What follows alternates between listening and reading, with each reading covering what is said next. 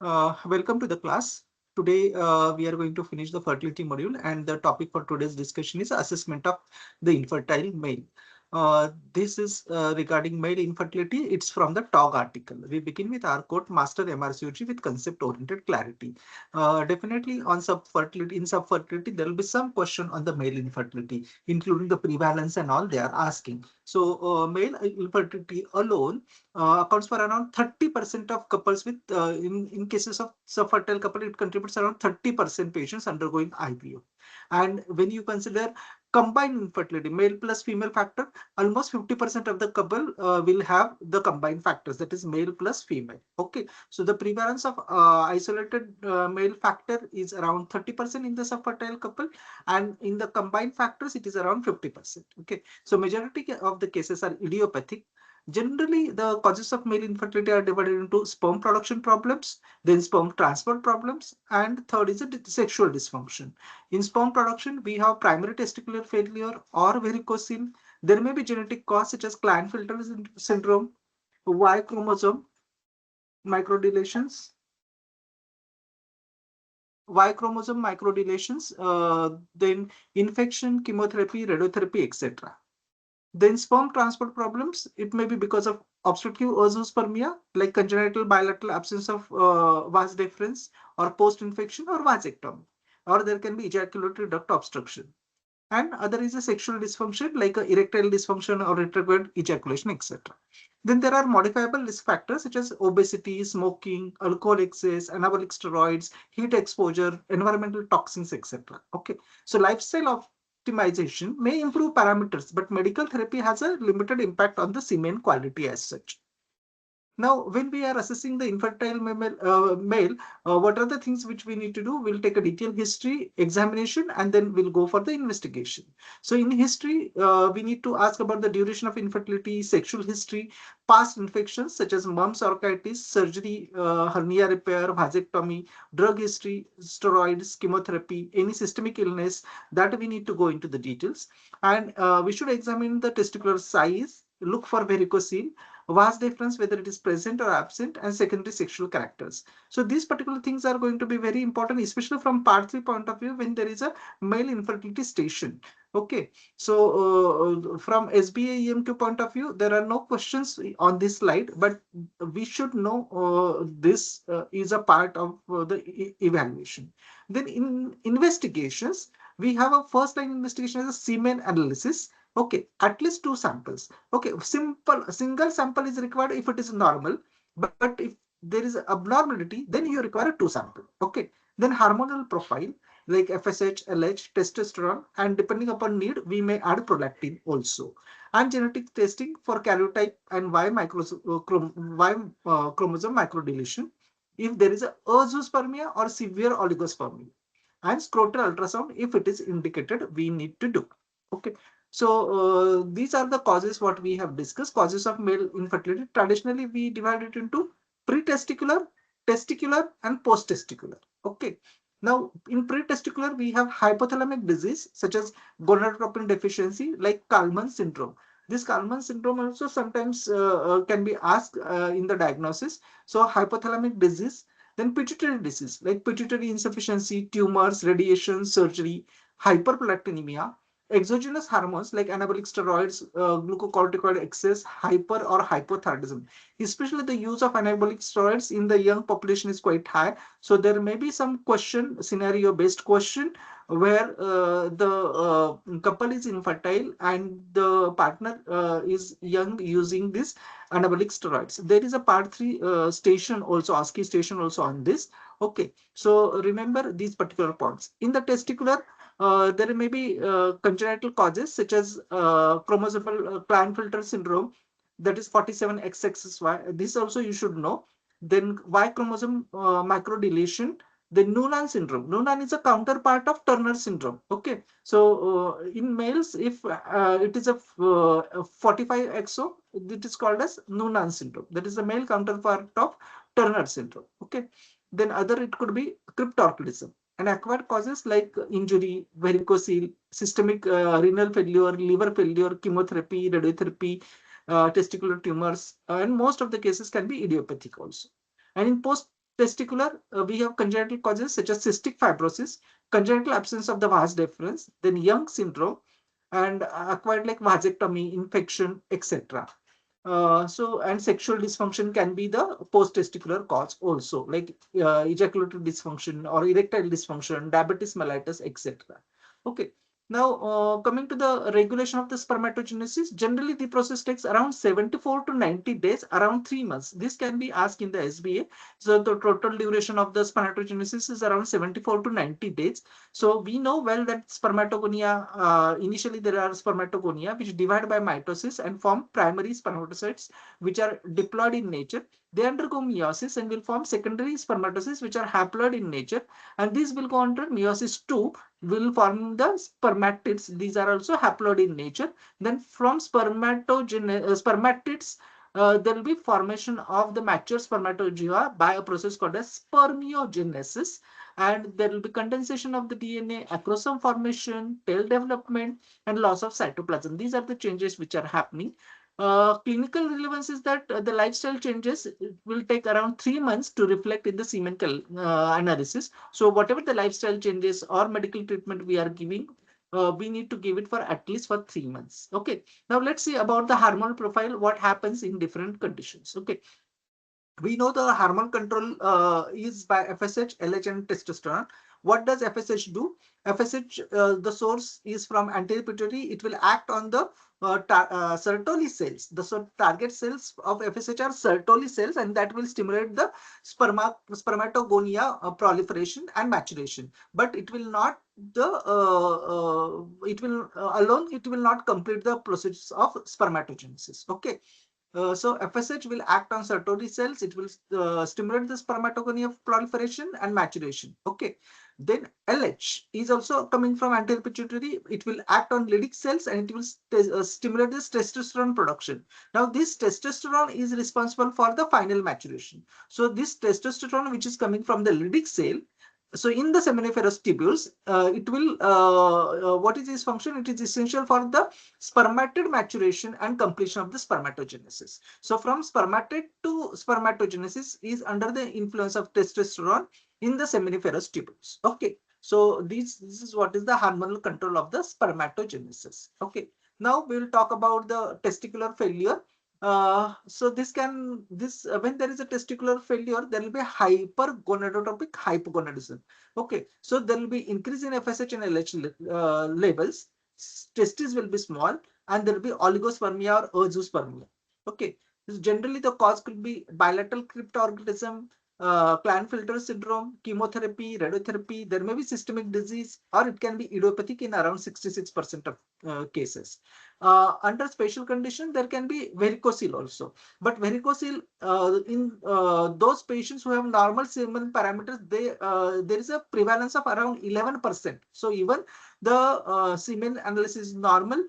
These patients, 11% of male may have this varicocele, and abnormal semen population around 1 in 4, that is 25% patients may have varicocele. Okay, so the possible mechanism why this varicocele leads to the abnormal semen, one is a scrotal hyperthermia, and it can alter the steroidogenesis also. Okay, however, the clinical significance of varicocele is controversial, and that is why the NICE does not recommend varicocele surgery, that we have seen in the last when we have discussed the NICE guideline. Okay, then there is a post-testicular, that is obstructive cases in which you will have the FSH which is normal, testicular size will be normal, and on biopsies spermatogenesis will also be normal. Okay, so because the cause is post-testicular, so normal FSH, normal testicular size, and normal spermatogenesis on biopsy. Cause will be vasectomy, or there can be infection like chlamydia, gonorrhea, tuberculosis.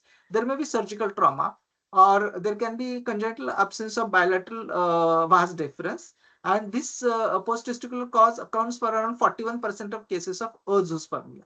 Okay, and what is the effect of age and spermatogenesis? Generally, after 35 years, there is a 50% reduction in pregnancy rate as compared to the young population of around less than 25 years. And more than 50 years, there is a marked decline of these fertility rate. But advanced paternal age generally increase adverse offspring outcomes are advanced. There is increased adverse offspring outcomes as the paternal age increases. Okay, but the effect is not as consistent as we have seen with the maternal age. Then there are environmental and lifestyle factors. Then there are occupational exposures. Then there is a role of electromagnetic radiation and role of obesity. Okay, so in the environmental and lifestyle factors, it is mainly the testicular hyperthermia, sedentary lifestyle. Okay, there is no strong association or evidence of loose underwear improves the fertility. Okay, and occupational exposure of heavy metals such as lead, mercury, pesticides, glycerol ethers, then X-rays, heat, etc. For electromagnetic radiation, there is a dose-dependent reduction in the semen parameters. However, the clinical significance is not clear. Then in obesity, it is associated with a decrease in the SHBG levels, that is sex hormone binding globulin, increase in estrogen levels. It also leads to hormonal imbalance and associated with increased erectile dysfunction and increasing global relevance to the obesity nowadays. Then other drugs and substances. Nowadays, they are asking about the drugs. Many questions are asked on the drugs. So whenever there are drugs, please concentrate. Okay. So anabolic steroids that will suppress the hypothalamus pituitary gonadal axis and will lead to ozoospermia. Generally, it recovers in 4 to 12 months after stopping. Okay, so treatment is with SCG and you may add HMG also. So even if you stop and wait for 4 to 12 months after stopping is sufficient, but the treatment is with SCG and HMG can be added. Other alcohol, moderate use has got a minimal effect on spermatogenesis, but heavy use will have an irreversible impairment. Then smoking and cannabis will reduce the semen parameters, and there is a strong cessation advice in suboptimal semen quality. So if the semen parameters are abnormal, then you need to ask to stop these drugs and all. Okay, so recreational drugs such as cocaine, amphetamines, opiates, etc., will decrease the libido, and there can be erectile dysfunction also. Then oxidative stress and antioxidants. DNA damage is implicated in around 30 to 80% of cases, and antioxidants such as vitamin C, vitamin E, zinc, selenium, carnitine, coenzyme Q10, etc. There may be improvement in the semen quality with this. Okay. Now let's see the hormonal profile and other parameters in pre-testicular, testicular, and post-testicular, because you need to identify, they'll give you the scenario and investigations, and we need to look for specific cause. Okay, so what happens in the pre-testicular and post-testicular causes that we will see. What happens to the FSH? The levels are low in the pre-testicular causes, while it will be high in the testicular, and post-testicular it will be normal. Then testicular size will be small in pre-testicular and testicular cases, while it will be normal in post-testicular cases. Spermatogenesis will be normal in post-testicular. Testosterone level will also be normal in post-testicular, while spermatogenesis and testosterone levels will be low, or the spermatogenesis will be impaired in pre-testicular and testicular cases. And treatment for pre-testicular is hormonal, while for testicular you have to go for ART, and post testicular also there is a surgery, role of mainly surgery if it is a obstruction, and other option is a ART. So if it is a post testicular cause, you will find that the FSH levels are normal, testicle size is normal, spermatogenesis is normal, and testosterone levels are normal. Okay, and pre-testicular and testicular, there will be difference of the FSH. Okay, FSH levels will be low in pre-testicular cause, while in testicular the FSH levels are high. The testosterone level may be low or normal in testicular cases. Okay, and in pre-testicular it will always be low. Okay, because FSH is also low, so testicular this particular testosterone will also be low. Okay, that is how we differentiate. This we have already seen the role of history in male, like medical history, surgical history, fertility, sexual history, medications. In medications, please concentrate again: nitrofurantoin, cimetidine, sulfasalazine, spironolactone, alpha blockers, methotrexate, colchicine, amidadirone, antidepressants, phenothiazines, and chemotherapy. So these are the drugs which they have implicated in affecting the semen parameters. Okay, and social history also we need to take. This particular table we have discussed, so I will not go into the detail, but the parameter can be asked in the SBA.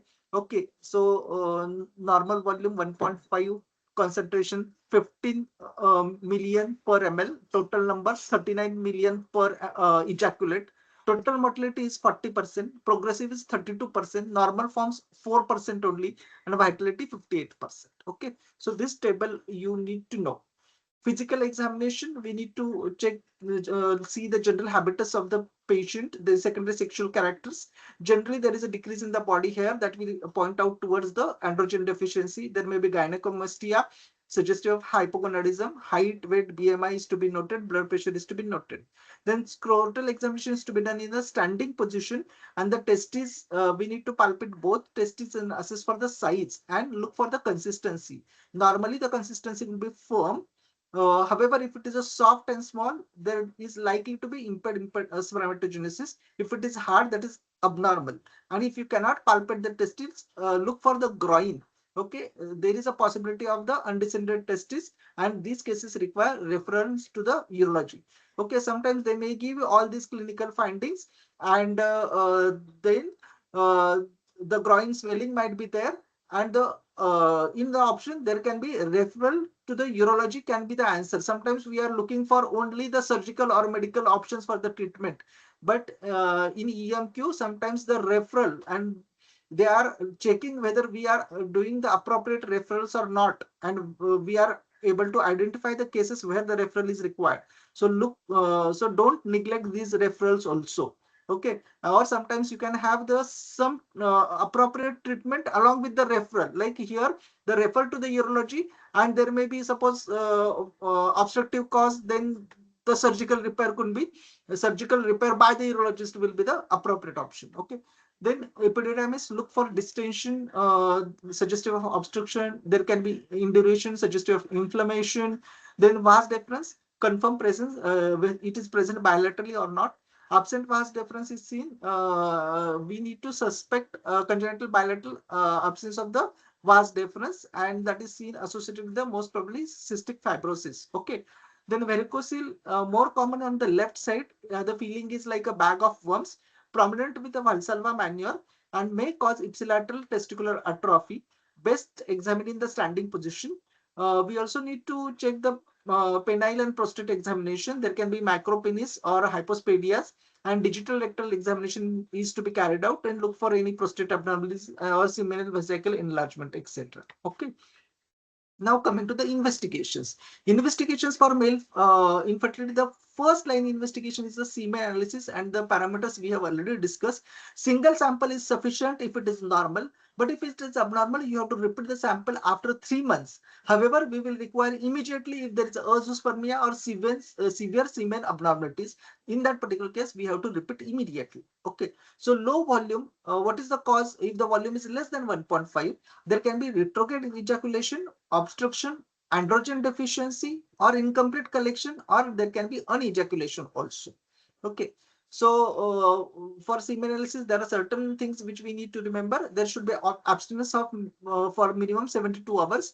More than 5 days abstinence may lead to decrease in the motility in the semen parameters. Within how much time we need to analyze? It should be analyzed within 1 hour of the collection. Transport can be done at the body temperature level, and entire ejaculate must be collected. Okay, it should be kept at a body temperature. Then hormonal pattern. What happens in primary testicular failure? If there is a testicular failure, then FSH and LH levels will be raised. So we'll go to the endocrine test. Okay, so endocrine tests are indicated if the semen count, sperm count is less than 5 million per ml. Okay, or there is azoospermia, or there is erectile dysfunction, or low libido, or suspected endocrine disorder. So these are the cases in which we will go for the endocrine profile. Okay, so what will be the pattern? In primary testicular failure, you will get an increased FSH, LH. However, the testosterone level will be low. That is a primary testicular failure. If it is a secondary testicular failure, that means the primary is pre-testicular cause. There will be decrease in FSH, decrease in LH, and testosterone level will also be decreased.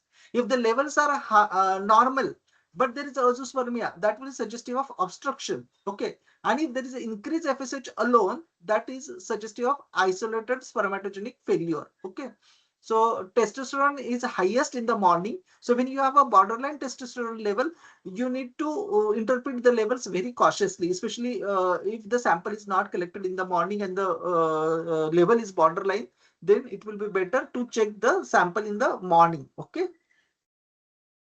Third is a genetic evaluation. So in the investigations, first we have seen the semen analysis. Second, we have seen the endocrine parameters.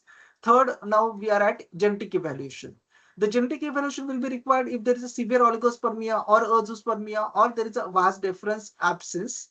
Okay. Important conditions like a Klinefelter syndrome, that is 47XXY, that is the most common chromosomal cause. Other is a Y chromosome micro deletion. Okay, so there is a AZF region. Okay, azoospermia region is there. Okay, on Y chromosome, especially long arm of Y chromosome, it has got this AZF region, and there are three types of this region: AZF-A, AZF-B, and AZF-C. Okay, so among these three types, AZF-A and B, they have got a poor prognosis for sperm retrieval. So these patients, when there is a severe azoospermia and all, sometimes we go for ICSI. But these patients where there is a AZF-A and AZF-B, these are the types in macro deletion. Then even with the sperm retrieval, there is a poor outcome. Okay, but if it is a AZF-C type, then there is a good sperm retrieval. So AZF-A and AZF-B do not offer surgical sperm retrieval. Okay, that is why Y chromosome microdeletion is going to be important. Okay, then congenital bilateral absence of vas deferens, generally associated with the CFTR mutation, that is cystic fibrosis transmembrane conductors mutation is there. Then we need to test for the cystic fibrosis gene, and these patients will have associated abnormalities in almost 30% of the cases. So when there is a congenital bilateral absence of the vas deferens, two things we need to look into it. One is a check for the cystic fibrosis gene, and second will be the look for the renal anomalies, because 30% patients will have the renal anomalies. So imaging we will be doing for scrotal ultrasound for varicocele suspected tumor. Okay, then renal ultrasound if there is a absent vas deferens also, because 30% of the cases there will be renal anomalies. Okay, the next investigation is a testicular biopsy. It will be indicated in cases of severe oligospermia or azoospermia, or for sperm retrieval for ICSI, and to differentiate between the obstructive and non-obstructive type of azoospermia. That will be important. The testicular biopsy will be important. Other sperm function tests like postcoital test, sperm penetration test, hemizona assay, these are not done, and even in the NICE guideline we have mentioned these additional tests are not required. Okay, then there are sperm fragmentation tests like SCSA. Okay, that is a test for sperm chromatin structure assay. Then there is a comet assay. There is a tunnel assay, that is terminal deoxynucleotidyl transferase mediated DUTP nick and labeling. Again, these are for research use and they are not to be done as per the NICE guideline. Okay, so we will not go into this particular details of this test, and do not select this as an answer in the final examination. Now, what we have finished, the causes, the history, investigations we have finished. Now let us see the treatment options for the male infertility. Okay, now treatment may be medical, treatment may be surgical. No, don't forget the lifestyle modification. That is always first. Okay, and the duration is at least for 3 months for the lifestyle modification. Then coming to the medical treatment. Medical treatment will be effective only if there is a specific endocrine disorder, such as there is a hyperprolactinemia or hypothyroidism, or there is a congenital adrenal hyperplasia. Okay, in hypogonadotropic hypogonadism, you can treat with GnRH or gonadotropics. Okay. Otherwise, there is a limited role in idiopathic male infertility. So even the medical treatment will be useful only in specific endocrine disorder. Okay. Then second, if you have a primary testicular failure, generally no treatment to restore fertility. Okay, if there is a testicular failure, either surgical treatment means in form of ART you will have to do, or if you are anticipating the testicular failure when the patient is going for some radiotherapy or chemotherapy, you can help them by restoring the fertility, like semen cryopreservation before chemotherapy, or surgical sperm retrieval plus ART, or use of donor sperm. So these are the options which are available in primary testicular failure. Then urological surgery, especially in post-testicular causes. So vasectomy reversal can be advised, and that the success will depend upon the surgeon's skill, technique, and the time since vasectomy. Okay. So patency, generally, as the duration increases, there is a reversal is chances are reduced. Okay, and it may be because of the anti-sperm antibodies and epididymal obstruction. Okay. Then second is a surgical sperm retrieval. Surgical sperm retrieval site can be testis or epididymis. So testicular, we have tesa, tese or micro tese, and epididymis we have mesa and pesa technique. Okay. Then for surgical uh, sperm retrieval, we have indications such as obstructive azoospermia, severe male factor infertility, ejaculatory failure, and success rate in cases of obstructive azoospermia it is 100%, while in non-obstructive cases around 50% success rate is there. ICSI outcomes are better with obstructive azoospermia done in tertiary centers with cryopreservation. Third is in the surgery we can think of varicocele repair. However, NICE does not recommend for fertility treatment. Okay, so NICE has not recommended repair of varicocele for the from fertility point of view. What does the evidence say? There is an improvement in the semen parameters. However, there is a controversial role in the pregnancy benefit. Okay, it may increase testosterone in a hypogonadal male. Then other option for male infertility is assisted reproduction, in which we have IUI and IVF and ICSI. So these are the only options which are available in the assisted reproduction. So IUI indications, actually on this slide there are many indications which I have mentioned, but what indications we have discussed along with the NICE guideline, you remember those indications only when there is a physical disability, sexual dysfunction, psychological issues, or same-sex couples. Okay, so or infection. So these are primary indications for the IUI. Okay. Here they have mentioned about the mild male factor infertility, immunogenic infertility, erectile dysfunction, hypospadias. So pertaining to the male infertility, the TOG article gives these indication. Okay. Then washed sperm placed in the uterus, and success rate per cycle is around 8 to 16%. NICE recommends up to 6 cycles of unstimulated IUI, and aim is to reduce the multiple pregnancy risk. Okay, that is why these unstimulated cycles are used. Then IVF and ICSI, these are the other options which are available in male infertility. IVF in mild male factor can be used, while severe male factor go for ICSI. Then in ICSI, there is a use of single sperm which is injected, especially in cases of oligospermia, asthenoteratozoospermia, IVF failure. This ICSI is useful, and success rate is around 33% per embryo transfer in ICSI. Okay, so that finishes the topic of male infertility. Thank you.